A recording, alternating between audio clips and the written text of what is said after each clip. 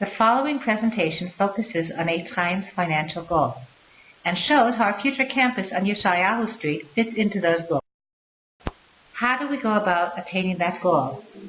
It's a basic three-pronged business plan: investment, development of that investment, and then return on the investment. Etz Chaim is working towards financial independence. We believe that financial independence leads to educational integrity, which is why we refuse all politically tainted funds. Rav Yechiel Michal Tukashinsky, who led Etz Chaim for over 70 years, was, in addition to being a great Torah scholar, a very keen businessman. He often said, "I'm working towards the day when a donor will hand me $1,000, which was a huge sum of money at the turn of the century, and I will be able to refuse it and tell him to give it to another worthy organization." Under Rav Yechiel Michal's directive, Etz Chaim Jerusalem invested in real estate. Etz Chaim purchased the central Etz Chaim Machane Yehuda campus on Jaffa Road. At the turn of the century, the area was desolate and land was cheap. Today, it's the center of the city. Etz Chaim purchased the central Etz Chaim Machane Yehuda campus on Jaffa Road. At the turn of the century, the area was desolate and land was cheap. Today, it's the center of the city, the center of Jerusalem. Etz Chaim purchased a large number of stores on the Machane Yehuda market, the Shuk, and played a major role in developing the area. Etz Chaim purchased the land and developed the Etz Chaim neighborhood, which today is opposite the central bus station. Everyone knows that the price of real estate in Jerusalem has skyrocketed, and that means, obviously, that Etz Chaim should be a very wealthy institution. But, as the song goes, it ain't necessarily so. And that's what I'm going to explain in the next few slides. But before focusing on the challenges, I'd like to point out that Etz Chaim has been around for over 170 years. We are not a fly-by-night institution. Those roots enable us to weather short-term challenges with the goal of future benefits. And now, let's go back to our road to financial independence. Etz Chaim presently faces four major obstacles to attaining its goal of financial independence. Those obstacles are: 1. Key money, that's the little keys we see.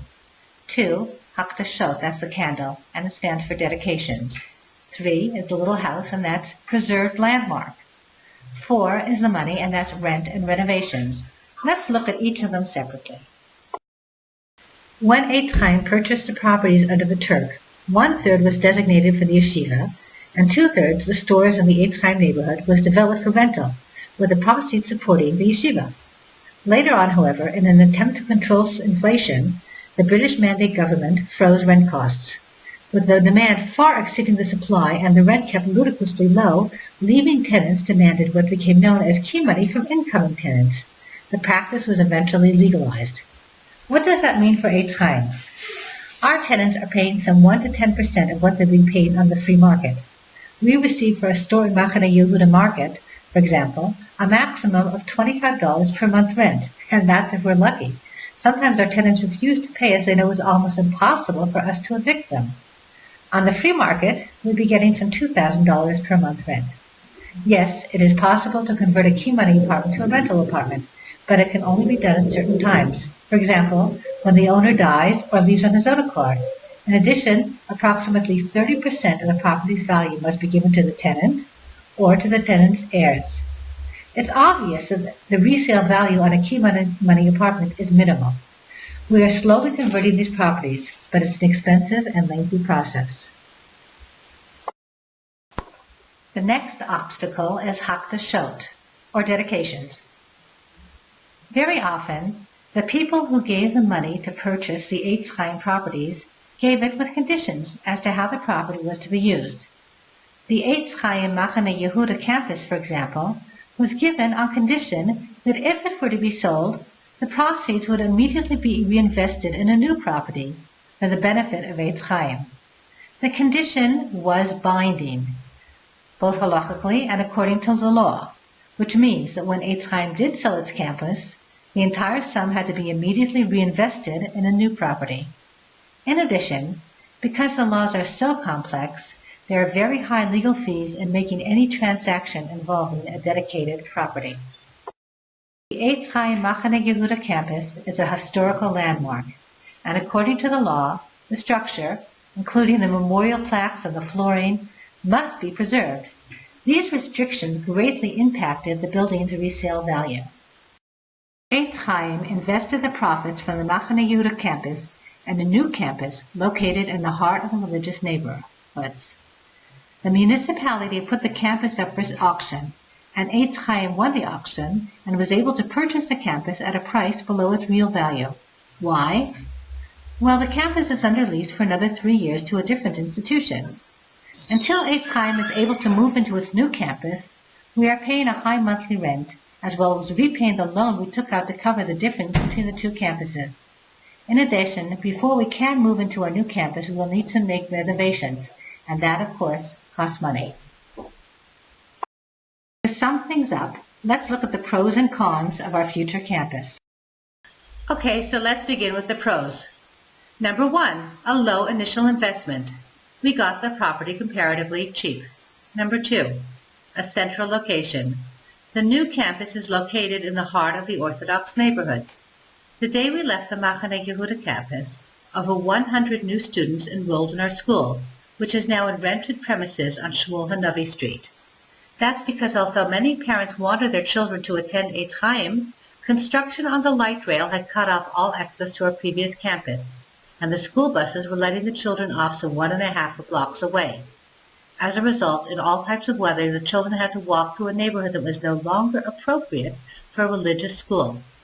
We estimate that upon moving into our new campus, the student body will grow by a minimum of 25%.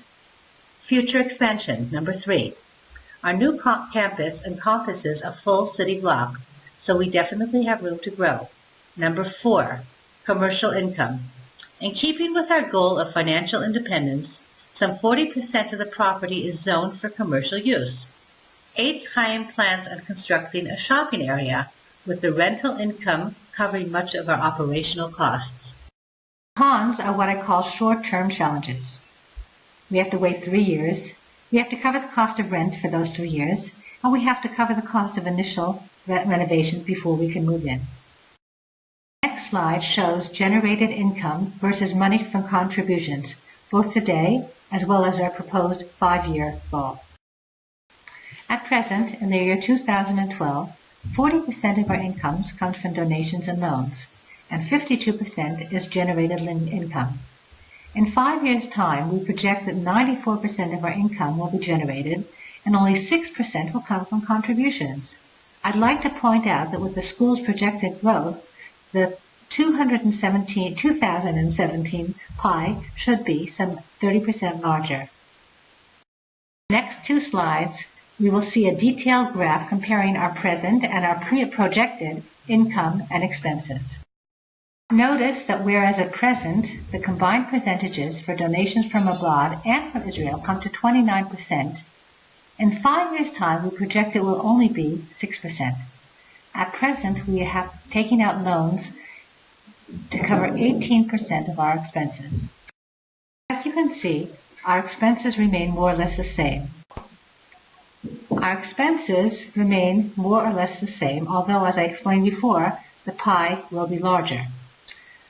However, hopefully, in 5 years' time, we'll be able to cover our expenses with our own generated income.